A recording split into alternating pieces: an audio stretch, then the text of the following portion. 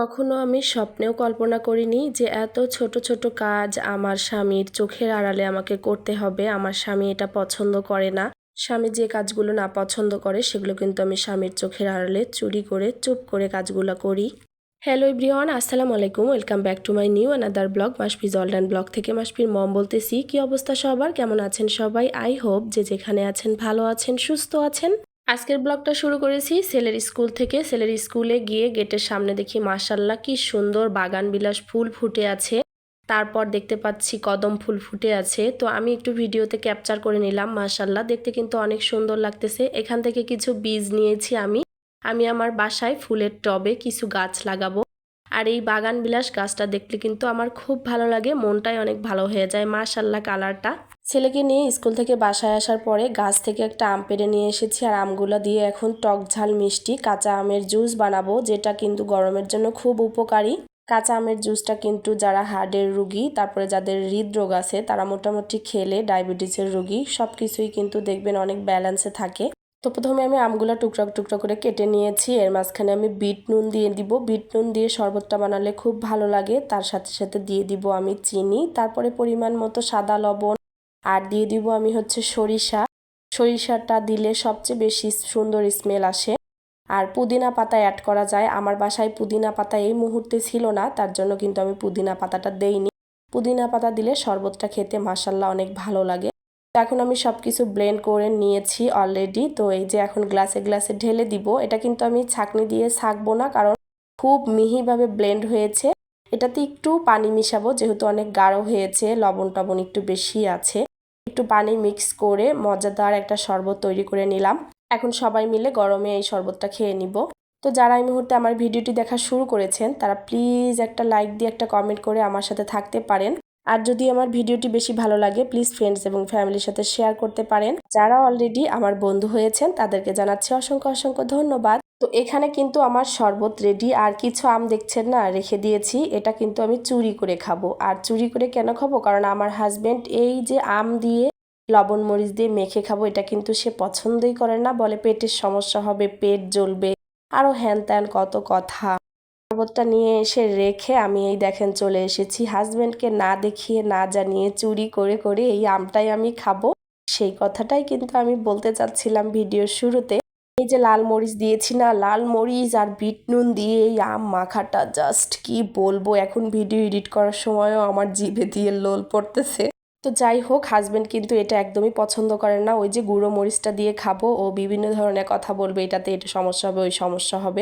এই জন্য ওদেরকে আমের শরবত খেতে দিয়ে এসে এই দেখেন আমি একেবারে মনের মাধুরী মিশিয়ে আমটা চুপচুপ করে খেয়ে নিচ্ছি। মানে যতটুকু পারি আমি খেয়ে নিবই। তো যাই হোক, চুরি চুরি করে আম খাওয়া শেষ হলে, এটা ছিল সন্ধ্যার সময়, যেহেতু প্রচুর পরিমাণে ঠান্ডা লেগেছে আর জিভেতে কোনো স্বাদ নাই, তাই আমি একদম দেখেন কতগুলো কাঁচামরিচ দিয়েছি, দিয়ে একদম অল্প পরিমাণে চানাচুর পেঁয়াজ কাঁচামরিচ দিয়ে মুড়ি মাখিয়েছি। মুড়ি মাখাটা খাওয়া দাওয়া করে নিলাম। এটা ছিল নেক্সট ডে সকালবেলা। গুড মর্নিং সবাইকে। পরের দিন সকালবেলা দেখেন ভর্তা ভাতের সব ধরনের তোড়জোড় শুরু করে দিয়েছি, কারণ আজকে বাসায় শুধু ভর্তা আইটেম দিয়ে আমি ভাত রান্না করব। যেহেতু ঠান্ডা, মুখে রুচি নাই, এই জন্য আমি চিন্তা করেছি বিভিন্ন ধরনের গরম গরম ভাত খাবো, তাহলে কিন্তু খুব মজা হবে, রুচিরও একটা পরিবর্তন হবে আর তৃপ্তি পাবো। আর এটা দেখতে পাচ্ছেন, এটা হচ্ছে নোনা ইলিশ, মানে ইলিশ মাছ লবণে দিয়ে এইটা আমাদের ওইখানে বিক্রি করে। তো এই মাছের এই শুটকিটা দিয়ে ভর্তা করতে বা এই মাছটা দিয়ে যে কোনো জিনিস রান্না করলে কচুরলতি, ভর্তা, মিষ্টি কুমড়া সব কিছুই ভালো লাগে। তো আমি ওটা কুচি কুচি করে কেটে ধুয়ে পরিষ্কার করে নিয়েছি। এখানে করলা ভর্তা করব, ইলিশ মাছের ভর্তা করব, কালো জিরা ভর্তা করব, আর হচ্ছে সব কিছু কেটে একদম রেডি করে নিয়েছি। আর এদিকে করলাটাও কেটে ধুয়ে একদম রেডি করে নিয়েছি। এপাশে কিছু প্লেট বাটি ধুয়ে পানি ঝরিয়ে রাখতে দিলাম। তো এগুলো পানি ঝরিয়ে গেলে আমি হচ্ছে বাকি যে টুকিটাকি কাজ আছে সেগুলো করে তারপরে রান্না বসাবো। আর রান্না কিন্তু অবশ্যই আপনাদের সাথে শেয়ার করব। হাঁড়ি পাতিলগুলো গুছানো শেষ হয়ে গেলে কিছু ফ্রুটস নিয়ে এসেছিল মাসফির বাবা, তো আমি সেই ফ্রুটসগুলো সুন্দর করে ধুয়েছি। আর এখানে দেখি ডালটা বাঁধা ছিল, তো এগুলো কেটে ফ্রুটসগুলো এখন নির্দিষ্ট জায়গায় রেখে দিব। আমার ভয়েস শুনে এখনো বুঝতে পারছেন যে আমার ঠান্ডা আসলে কমেনি। তো যাই হোক, দোয়া করবেন, ওষুধ খাচ্ছি যেন খুব তাড়াতাড়ি কমে যায়, আল্লাহ তাআলা যেন খুব তাড়াতাড়ি কমায়ে দেয়। অবশ্যই ভয়েস ওভারটা শুনতে ভালো লাগছে না। তো যাই হোক, সবাই প্লিজ কষ্ট করে একটু ম্যানেজ করে নেবেন।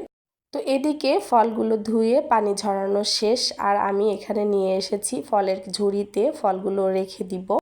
আর একটু পানি ঝরিয়ে রেখে দেই, তাহলে কিন্তু ভালো থাকে। লবণ এবং ভিনেগার দিয়েই ভিজিয়ে রেখেছিলাম আমি ফলগুলো গুছাতে গুছাতে আবারও রিকোয়েস্ট করতেছি আপনাদের কাছে, যারা নতুন প্রথম আমার চ্যানেলটি ভিজিট করেছেন, আমার ভিডিওর কোনো অংশ যদি আপনাদের কাছে এতটুকু পরিমাণ ভালো লেগে থাকে, তাহলে প্লিজ আমার চ্যানেলটি সাবস্ক্রাইব করে দিয়ে আমার পাশে থেকে যেতে পারেন। আর অবশ্যই পাশে থাকা বেল আইকনটি ক্লিক করে রাখবেন, তাহলে সবার আগে নোটিফিকেশন পৌঁছে যাবে আপনার কাছে। আপনি আপনার সময় এবং সুযোগ মতো আমার ভিডিও পছন্দ হলে দেখে নিতে পারবেন। তো ফল সাজিয়ে রাখার পর কিছু ফ্রুটস ছিল, আঙ্গুর, সেগুলো আমার ছেলে খাবে, ছেলেকে দিয়ে দিলাম, সে নিয়ে চলে গেল। এখন এগুলো গুছিয়ে রাখবো। আর আমার ভিডিও যদি আপনাদের কারো কাছে একটু বেশি পরিমাণে ভালো লাগে, তাহলে অবশ্যই ফ্রেন্ডস এবং ফ্যামিলির সাথে শেয়ার করতে ভুলবেন না। আর অবশ্যই একটা লাইক দিয়ে কিন্তু বন্ধুরা আমার ভিডিওটি দেখা শুরু করবেন। জানি না কে কে এখনো আমার কথা শুনছেন বা আমার ভিডিও দেখছেন। তো এখানে চলে এসেছি আমি রান্নাঘরে। সবার প্রথমে আমি পেঁয়াজ মরিচটা ভেজে উঠিয়ে নিব। এটা যেহেতু কালো জিরা ভর্তা করব, কালো জিরা ভর্তার পেঁয়াজ মরিচটা আগে ভেজে উঠিয়ে নিয়ে তারপরে আস্তে আস্তে আমি টুকিটাকি যেগুলো রান্না আছে সব কিছুই আপনাদের সাথে শেয়ার করব। এখানে আমি আস্তে আস্তে সব পেঁয়াজ মরিচ ভেজে নিচ্ছি। আর কালো জিরার পেঁয়াজ মরিচ খুব বেশি পরিমাণে ভাজা যায় না, একটু হালকা হালকা ভালোভাবে ভাজা যায়, তাহলে দেখবেন কালো জিরা ভর্তাটা কিন্তু অনেক মজা হবে। আর এখানে বেশি করে পেঁয়াজ দিয়ে দিলাম করলা ভাজিতে, আর একটু কাঁচামরিচও আজকে কেটে দিয়েছি। বেশিরভাগ সময় আমি করলা ভাজিতে কাঁচামরিচ খাই না, কারণ তিতা জিনিসে কাঁচামরিচ আমার মা কখনোই দিত না, সেখান থেকে আমি শিখেছি। এদিকে দেখেন এই যে হালকা হালকা ভাজা হয়ে গেছে, আর কিছুক্ষণ পরেই আমি এটা তুলে নিব। খুব বেশি পরিমাণে পেঁয়াজ রসুনটা ভাজা হয়ে গেলে কালো জিরা ভর্তাটা খেতে একদমই ভালো লাগে না। আর দেখলাম যে বেশি পরিমাণে ঠান্ডা যেহেতু লেগেছে, তাই কালো জিরা ভর্তাটা যেন খেলে ঠান্ডাটা কমে, এজন্যই আমি কালো জিরা ভর্তাটা বিশেষ করে আজকে আমার জন্যই বানাবো। তো এখানে আমি পেঁয়াজ মরিচ ভাজা শেষ, আমি কিন্তু উঠিয়ে নিচ্ছি।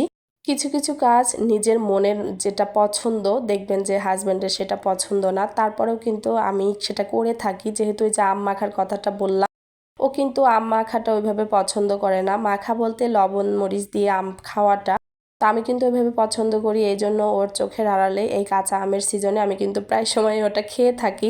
যাই হোক, কেউ কিছু মনে করবেন না, আমি ফান করে বললাম। আসলে হাজবেন্ডের আড়ালে চুরি করে খাই না, মাঝে মাঝে দেখা যায় যে ওর সামনেও খাই, একটু একটু বকে। যাই হোক, নিজের প্রিয় মানুষ তো, নিজের প্রিয় মানুষ যদি কোনো কিছু খেয়ে অসুস্থ হয়ে যায়, তার যদি অস্বস্তি লাগে, খারাপ লাগে, এজন্যই কিন্তু শাসনটা করে, তাই না? এটা কিন্তু একদমই কোনো খারাপ দিক না, ভালো দিক। আমি মনে করি আমাকে বেশি ভালোবাসে, তাই আমাকে বেশি শাসন করে যে এটা খেও না, ওটা খেলেই সমস্যা হবে, এটা খেলেই সমস্যা করবে, এই আর কি। এই জন্যই মাঝে মাঝে যখন বেশি পরিমাণে খেতে ইচ্ছে করে, মানে অতিরিক্ত খাওয়া হয়ে যায়, তখন কিন্তু ওর চোখের আড়ালে লুকিয়ে লুকিয়ে আমি এটা খেয়ে থাকি। তো এই যে আমি এখানে কালো জিরাটা নিয়ে নিয়েছি। কালো জিরা ভর্তা করতে গিয়ে দেখলাম যে খুবই অল্প পরিমাণে কালো জিরা আছে। তো যাই হোক, যেহেতু আমার ঠান্ডা, কালো জিরা ভর্তাটা করে খেতেই হবে, তাই আমি কিন্তু ওই অল্প পরিমাণে কালো জিরাটাই আজকে ভর্তা করব। এখানে আমি ছোট্ট একটা পাটার মধ্যে পিষতেছি। এই পাটাটা আমার সংসার জীবনে প্রথম কিনে নিয়ে আমি এখানে এসেছি, 100 টাকা দিয়ে আমি পাটাটা কিনেছি।